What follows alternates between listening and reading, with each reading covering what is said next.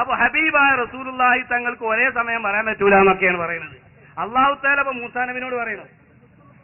അതെ അതെ, ഞാൻ പോലെ ഉദാഹരണം നേരത്തെ നിങ്ങൾ ചോദിച്ചപ്പോ ഞാൻ ഉദാഹരണം പറഞ്ഞിരുന്നു. അത് നിങ്ങൾ സമ്മതിച്ചോ? നിങ്ങൾ ഞാനൊരു കാര്യം പറഞ്ഞുതരാം.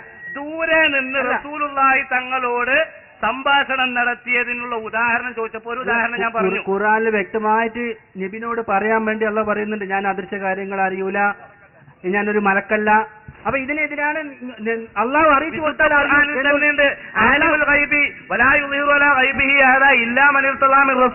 ഞാൻ അദൃശ്യകാര്യം പറയും തന്നെ പറഞ്ഞിട്ടുണ്ട്. അത് ഇഷ്ടംപോലെ തെളിവുണ്ട്. അങ്ങനെയൊന്നുമല്ല അതിന്റെ അർത്ഥം. അതിന്റെ അർത്ഥം അങ്ങനെയൊന്നുമല്ല. ഞാൻ അദൃശ്യകാര്യങ്ങൾ പറയുന്നത് ഞാൻ സൂചിപ്പിച്ച ആ സംഭവം അതിനെ പറ്റി നിങ്ങൾക്ക് പറയാനുള്ളത്?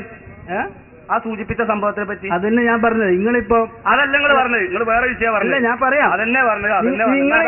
നിങ്ങൾ എല്ലാ പ്രസംഗത്തിലും ഇബ്നു തൈമിയ്യ ഞാൻ പറയാം തൈമിയ്യൊക്കെ കടക്കാൻ പറ്റേ. ഞാൻ ആ പറഞ്ഞ സംഭവത്തെ സംബന്ധിച്ച് നിങ്ങൾ അംഗീകരിക്കുന്നുണ്ടോ അല്ലേ? ഞാൻ അതന്നെ പറഞ്ഞു വരുന്നത്. അതല്ല നിങ്ങൾ പറഞ്ഞു വരുന്നത്.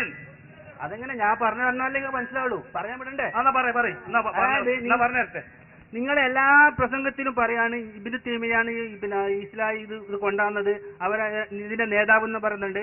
അത് മാത്രമല്ല, നിങ്ങൾ എല്ലാ പ്രസംഗത്തിലും പറയുകയും നിങ്ങൾ ചെയ്യുന്ന എല്ലാ കാര്യത്തിനും ഇബ്നു തൈമിയ്യ പറഞ്ഞിട്ടുണ്ട്, ഇസ്തിഗാസക്ക് അതോ ഇബ്നു തൈമിയ്യ പറഞ്ഞിട്ടുണ്ട്. പിന്നെ എങ്ങനെ ഇവര് മുജാഹിദായി? എന്തുകൊണ്ടെങ്കിലും മുജാഹിദ് എന്ന് പറയുന്നത് ഇതേപോലെ നിങ്ങൾ നിങ്ങളുടെ വാദത്തിന് വേണ്ടി പലതും കൊണ്ടുവരും.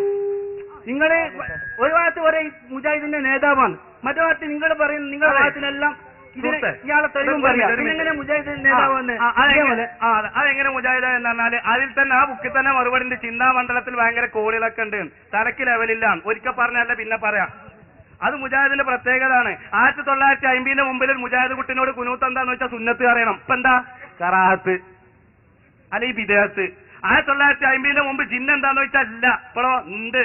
അതിലും കൗല് പലതും. 1950 മുമ്പ് തറാവി എത്ര എന്ന് വെച്ചാൽ 20. ഇപ്പൊ എത്ര? 8 വട്ടപൂജ്യം എരപ്പന്റെ പോലെ. 1950 മുമ്പ് ഇവിടെ കുനൂത്തോതൽ സുന്നത്തായിരുന്നുവെങ്കിൽ പിന്നെ അത് മാറി ഓരോന്നോരോ അപ്പളല്ലേ വലവുക്കാന മീൻ എന്ത് കയ്യിലില്ല അല്ല അംഗീകരിക്കാത്ത ആദർശമാണോ വജുദൂഫി ഇഖ്തിലാഫൻ കസീറ മാറിക്കൊണ്ടിരിക്കണം, അപ്പളേ മുജാഹിദാകുള്ളൂ. അപ്പൊ ആശയങ്ങൾ മാറിക്കൊണ്ടിരിക്കണം. അതിന് ഒരുപാട് തെളിവുകളുണ്ട്. നിങ്ങൾക്കറിയോ, KM മൗലവി ഉമർ റളിയല്ലാഹു അൻഹുവിന്റെ സാരിയ സംഭവം സഹീഹാണ്. 1950 ശേഷം അത് ലഈഫാണ്, വാറോലയാണ്. എന്തെങ്ങനെ പറയാൻ കാരണം? മുജാഹിദായി. 50 മുമ്പ് മാസം കണക്കൂട്ടി വെക്കാൻ പറ്റുമോ? ഇല്ല. ഇപ്പൊ 8 3 15 കൂട്ടണം. കണ്ടാലോ അത് വേപ്പിക്കാർ പൈൻ്റടിച്ചതാണ്. കൂട്ടൂലാൻ കണക്കോട്ടിപ്പിച്ചണം. ഇങ്ങനല്ലേ ഓരോന്നോരോന്ന് മാറ്റം. എങ്ങോട്ടാണ് പെടുക? ഇങ്ങോട്ട് വലാ മജ്ലിസൻ ഇല്ലാ പടൽത്താന്ന് പറഞ്ഞ മാതിരിക്കപ്പം മുജാഹിദിന്റെ കലണ്ടറുകൾ ഒന്ന് ആലോചിച്ച് നോക്കി. ഇങ്ങനെ ഓരോന്നും മാറില്ലെങ്കിൽ അത് മുജാഹിദിന്റെ ആശയം അങ്ങനെയാണ്.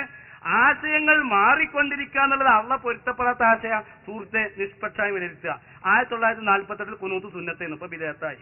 അതിന് മുമ്പ് തറാവി 20 ഇപ്പൊ 8 ഇങ്ങനെ ഓരോന്ന് മാറിക്കൊണ്ടിരിക്കുക.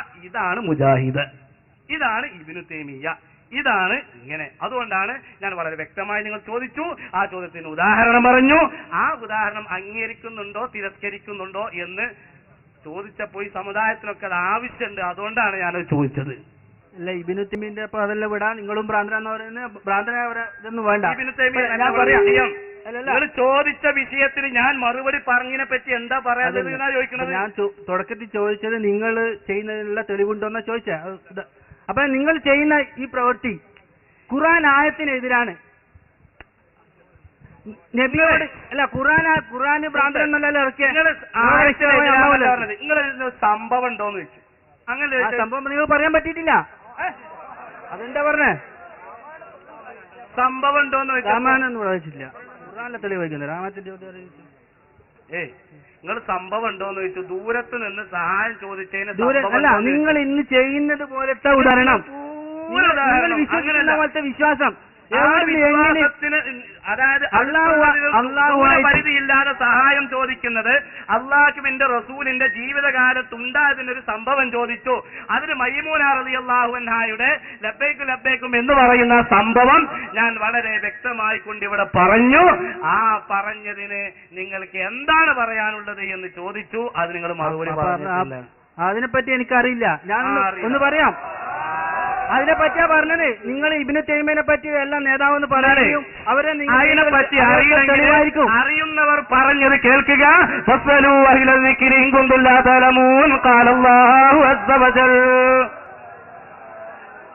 പറയുന്ന കേൾക്കുക.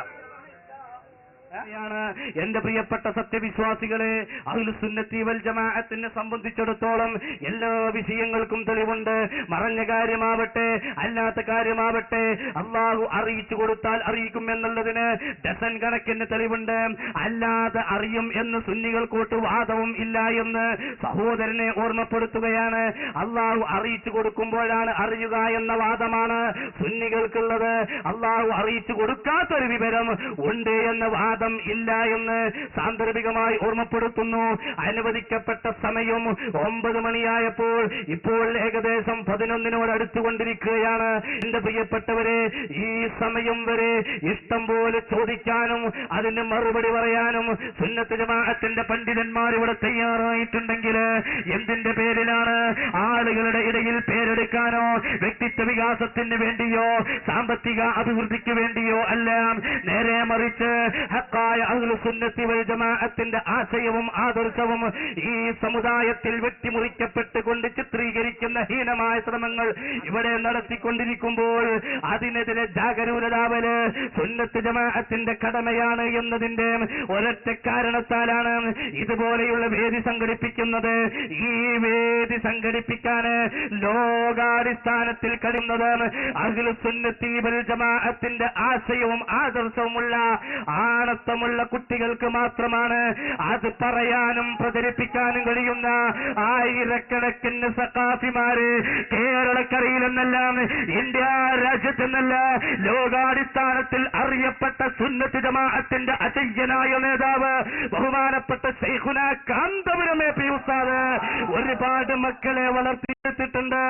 ആരുടെ മുമ്പിലും എത്രയും ആശയവും ആചാരവും അനുഷ്ഠാനവും കർമ്മവും സമർപ്പിക്കാൻ കഴിയുന്നൊരു നേതൃനിരയെ തന്നെയുണ്ട്. ഇതുപോലെ സമർപ്പിക്കാനോ ഇതുപോലെ സമുദായത്തിന്റെ മുമ്പിൽ തുറന്നുകൊണ്ട് സംവിധാനിക്കാനും കഴിയുന്ന ഒരു വിഭാഗം ഇന്ന് നോൺ സുന്നികളുടെ കൂട്ടത്തില് അവാന്തര വിഭാഗങ്ങളുടെ കൂട്ടത്തില് ഇല്ല. ഇനി ഖിയാമത്ത് നാൾ വരെ ഉണ്ടാവാനും പോകുന്നില്ല എന്ന് സാന്ദർഭികമായി ഓർമ്മപ്പെടുത്തുകയാണ്.